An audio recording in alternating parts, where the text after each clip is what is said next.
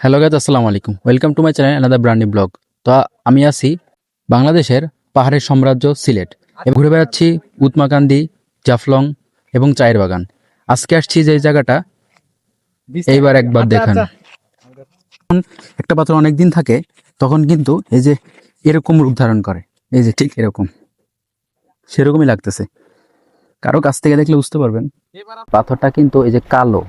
এই কালো পাথরের দুইটা রিজন হয়, একটা হলো অনেক দিন যাবত এটা আগুনে পুড়াইলে এরকম হয়, আর একটা আছে পানির ভিতরে মধ্যাকর্ষণ ক্ষমতায় এরকম হয়।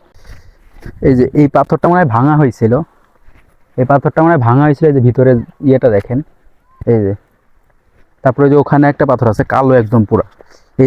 এটা মনে হয় অনেক দিন পানির নিচে ছিল, এরকম কিছু একটা। এই যে এটা ওই আগের গুলার মতোই, কিন্তু এখানকার পাহাড়টা খুব কাছ থেকে দেখা যাইতেছে। আর এই যে এখানকার পাথরগুলা একটু কালো।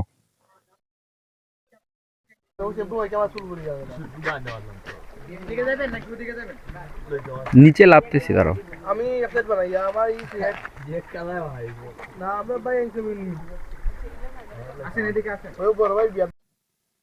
এবার আমরা লাভি চলুন এবং আপনাদেরকে নিচে দেখি এবং আপনাদেরকে দেখানোর চেষ্টা করি। জায়গাটা আসলেই সুন্দর, যদিও একই রকম সিমিলার কাইন্ড অফ, কিন্তু কোনো একঘেয়েমিতে আসে না এবং বিরক্তকর কোনো বিষয় না। যত দেখি ততই ভালো লাগে। এবং এখানকার পানিটা একটু নোংরা গতদিনকার মতো, তারপরে পানি স্বচ্ছ একদম। গাইজ, ওখানে কিছু লেখা আছে।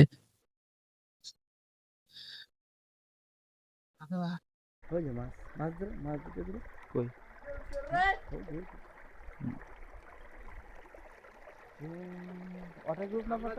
না, ওটা